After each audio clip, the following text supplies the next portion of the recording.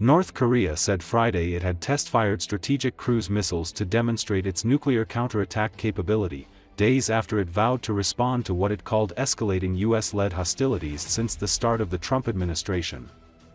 The official Korean Central News Agency said leader Kim Jong Un oversaw the missile tests off the country's west coast Wednesday. According to Associated Press, they were the North's fourth missile launch event this year and the second of US President Donald Trump's second term. The launches were designed to inform the enemies, who are seriously violating our security environment and fostering and escalating the confrontation environment, of the North Korean military's counterattack capability in the readiness of its nuclear operations, KCNA said. Kim expressed satisfaction over the results of the drills and said the military must be battle-ready and prepared to use its nuclear weapons, the report said. South Korea's Joint Chiefs of Staff said in a statement later Friday that it had detected and tracked the North Korean launches. It said the South Korean military maintains readiness to repel any potential provocation by North Korea based on the solid South Korea-US military alliance. Trump has said he would reach out to Kim again after they met at 3 summits in his first term. North Korea hasn't directly responded to Trump's overture. The images of the missile test are not independently verified and come from North Korea's official Korean Central News Agency. North Korean state media often report news a day or more after it happens.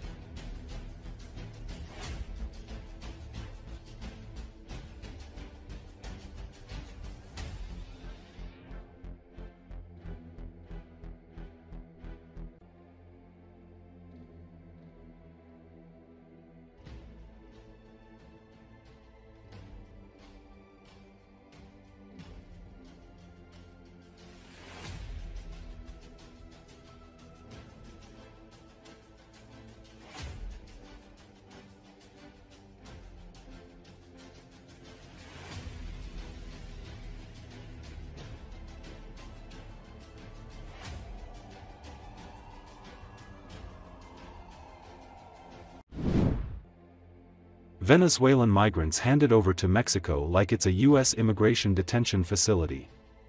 According to Associated Press, families from Central Asia flown to Panama and Costa Rica to await voluntary repatriation to their countries.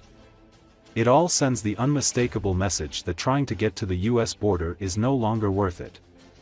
While the numbers remain modest, U.S. President Donald Trump's administration has laid the groundwork to reverse the region's migration flow.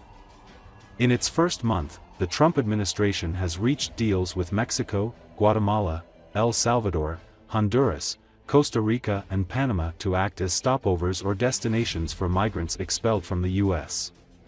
But none of the agreements have been detailed for the public, raising concerns about evading international protections for refugees and asylum seekers.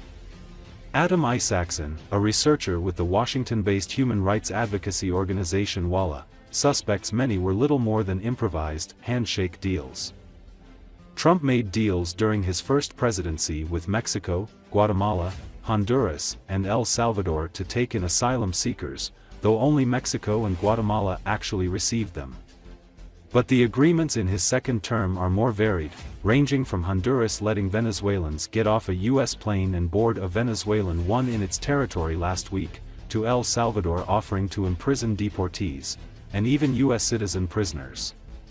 The numbers remain relatively small, but images of deportees deplaning in shackles and deportees on the windows of a Panama hotel asking for help where they're held are powerful.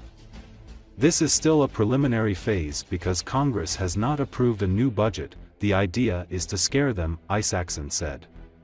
Panama, where more than 500,000 migrants passed en route to the U.S. border in 2023, suddenly became a bridge this month for U.S. efforts to deport asylum seekers. Nearly 300 U.S. deportees from 10 mostly Asian countries were held in a Panama City hotel.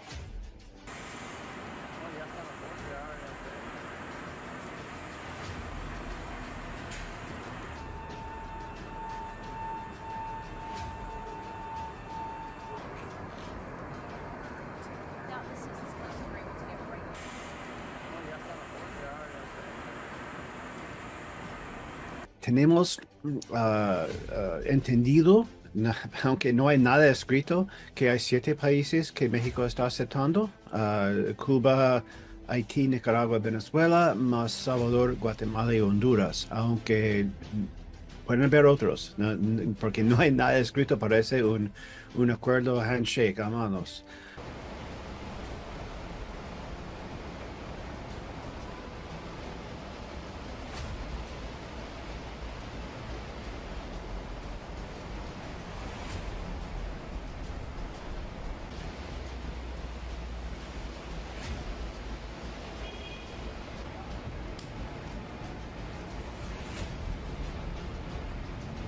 La idea es espantarlos. La idea es sembrar temor dentro de la comunidad migrante ya, aun cuando no tienen recursos para hacerlo de manera verdaderamente masiva. Por eso están enviando esos equipos de ICE vestidos de militares con armas largas de manera muy espantosa cuando hacen sus operativos.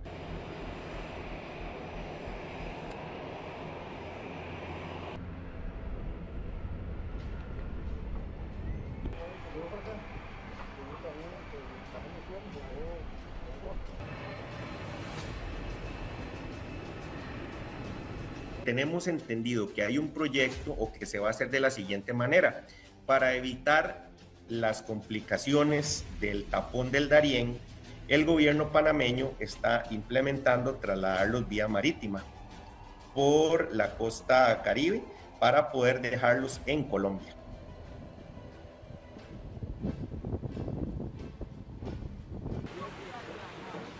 ¿Estás vivo?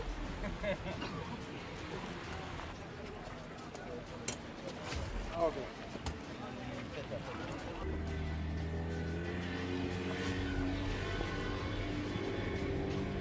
En el viejo flujo, o sea, el que viene del sur para acá, la situación está bastante bajo control.